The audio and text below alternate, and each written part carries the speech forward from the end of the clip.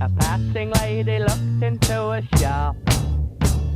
Her eyes lit up, official sign she read. Recruiting office, that is what it said. Excitedly she stepped inside to see how her sons would fare if they were military.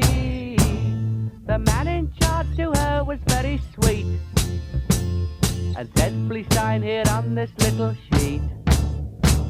But when she got home, her mind grew many fears. A message from the soldiers in the war rang in her ears. Don't put your boys in the army, Mrs. Ward. You know they'll only waste away. Oh, don't put your boys in the army, Mrs. Ward. You know they'll only waste away. Oh. At 6 o'clock the lads came home from work. She told them what she'd done, they went berserk.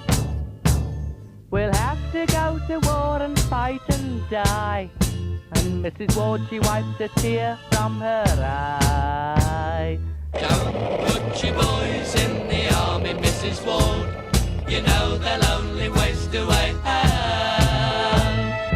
Don't put your boys in the army, Mrs. Ward.